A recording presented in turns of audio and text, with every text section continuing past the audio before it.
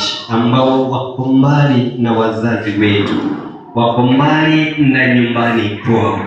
Wanatukuzwe. Nikawaomba jambo moja ya kwamba kama kuna reward ambao mnaweza pea wazazi wetu ni kuhakikisha ya kwamba mnawapatia wazazi the best katika kile ulichoenda kufanya kule shuleni, iwe ni katika chuo kikuu, iwe ni katika zile colleges.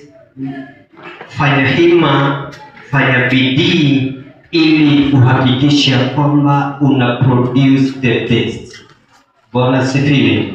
Hivyo hayo mengine ambayo yanaenda kufanywa kule na si in the line ya kile kilichokupeleka, achana nayo. Nataka tu, kwa sababu si ujumbe wangu, nahimizika nikwambie, kwa sababu mara nyingi wanadada wetu ama watoto wetu wa kike hao ndio huumia zaidi.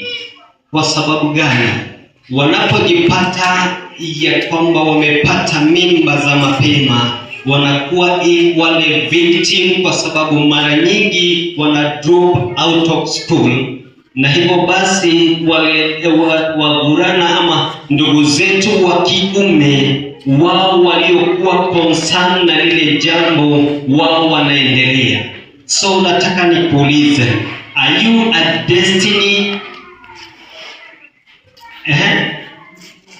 are you a destiny killer or a destiny connector? Bwana atukuzwe. Wewe ambaye unasikia sauti hii, nataka ujiulize, are you a destiny killer or a destiny connector? Mtu anifungulie na si kwamba na kuweka uoga. Kitabu cha Judges chapter 1, si ujumbe wangu. Kitabu cha Waamuzi